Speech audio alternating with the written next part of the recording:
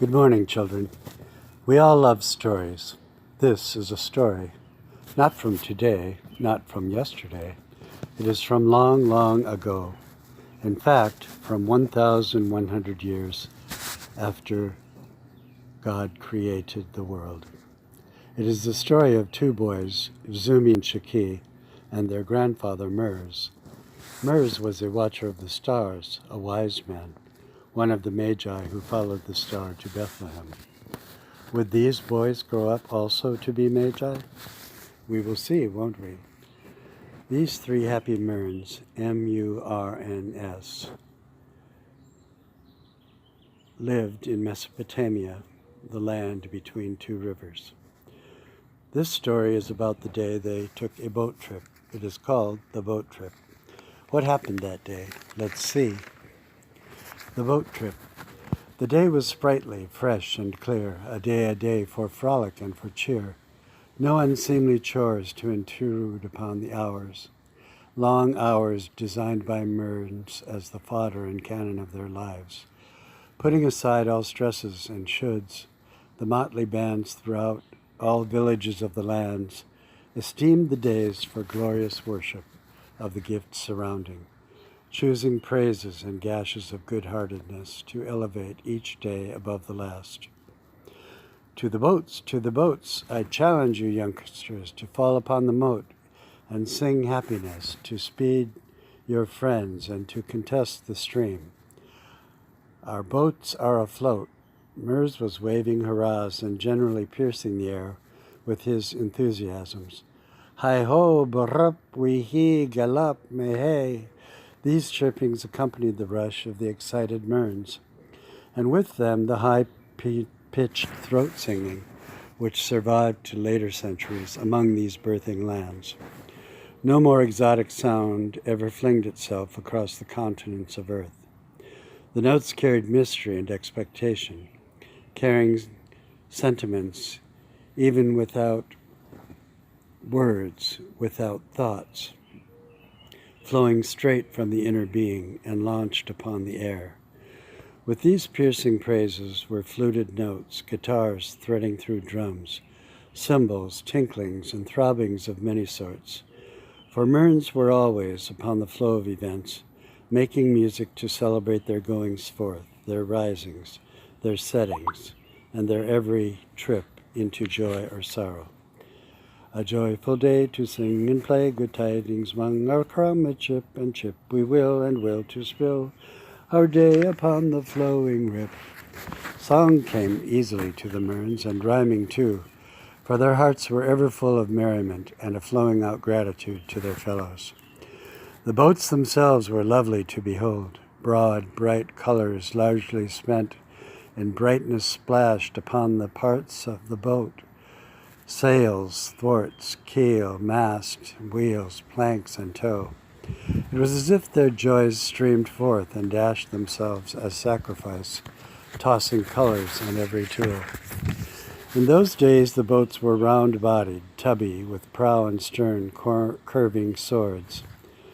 The wind was down, so they rowed noisily, darting from each inlet and cove upon the great river called Euphrates. Always a commotion played upon their decks, and sails flapped their happy leanings, billowing joy, serenity, peace. These Murns of yore were not bored. They were not lost, hunted, nor empty from within. They were solid like their boats, useful, friendly, ready to put to water for the occasion. A boat full of Murns was a sight of fable, a rollicking song, a fragrance. And so our Murns played a sally upon the stream. The occasion was...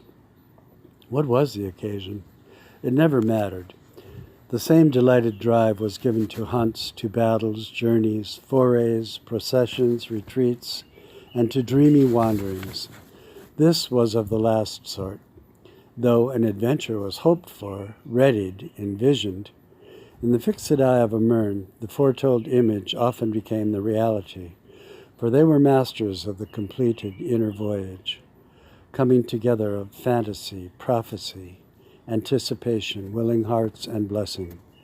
Most notably, blessing, As they were steadfast in their obedience and love for God, Mearns were brought to a tangle of faith and obedience and faith, neither preceding the other, but wrapped tightly as a strong rope, a lace of power to do good and to avoid evil.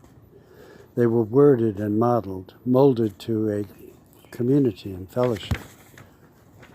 They were an unstoppable army, for they had the truth and they clung to it with strength.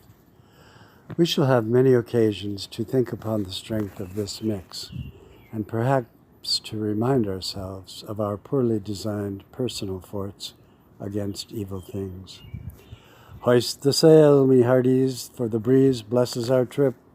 We together influence the day to propel our prospects. Mears was already sputtering wise thoughts on a shortly begun excursion. A flurry of willing action followed these notes.